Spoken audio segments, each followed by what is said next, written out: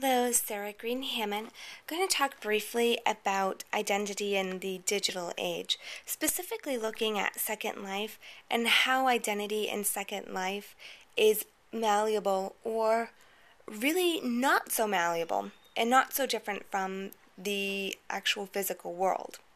So when we're looking at identity creation, there are two really places that we need to consider. First is the physical world. I'm not going to spend much time here other than to say that identities in this area tend to be fixed or not easily changed. In most places, I can't change my ethnicity or my background. My gender is difficult to change, things like that. Digital platforms, on the other hand, really offer up a host of other possibilities. So the internet affords the opportunity to construct identities in really unique and varied ways. This prospect of this technology can be attractive to individuals who may be unsatisfied with their lives in the physical world or are really looking to try out a new identity. When they're constructing this new representation of themselves, some may choose to express their identity by means of changing race, gender, cultural or financial backgrounds, their relationship status, or even their health, for those who are in poor health in the real world. All of these really tend to be stable in the physical world, and they require a certain of work to maintain.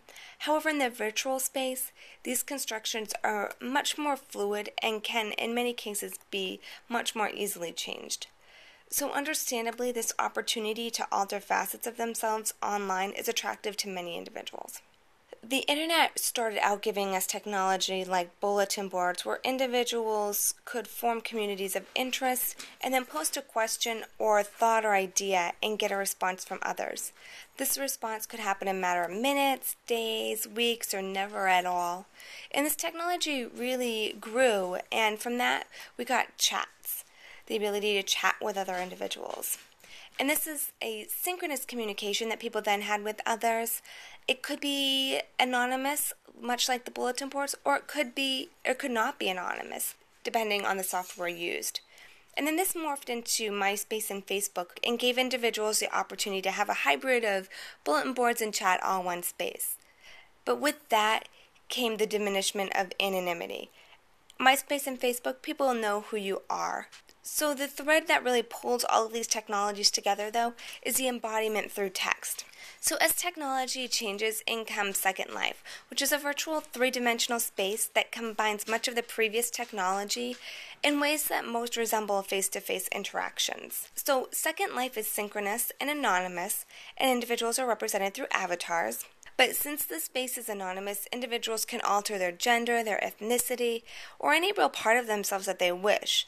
They can express themselves both visually and textually, and can have multiple selves. And although this seems like a wonderful, fluid place where individuals can easily create an identity that suits their needs, it's really not necessarily the case. There are several constraints that have to be worked through. The first are the system constraints. So there's a certain amount of hardware that's needed to run Second Life, and then this program needs to be downloaded and installed on the end user's computer. So there are system constraints once the structure has been set up as well. So new residents are given a choice between avatar bodies, these standard bodies for men and women.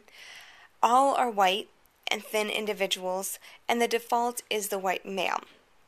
So although these can be altered, it's not necessarily easy for new users who aren't familiar with the system, and ethnic bodies can be difficult to create without purchasing one from another user.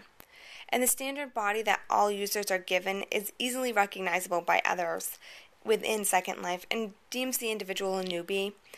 And so no matter how long they've been active online, they're still considered a newbie with this avatar body. And this is really the bottom of the barrel in terms of social hierarchy of Second Life. Money is also a defining social characteristic.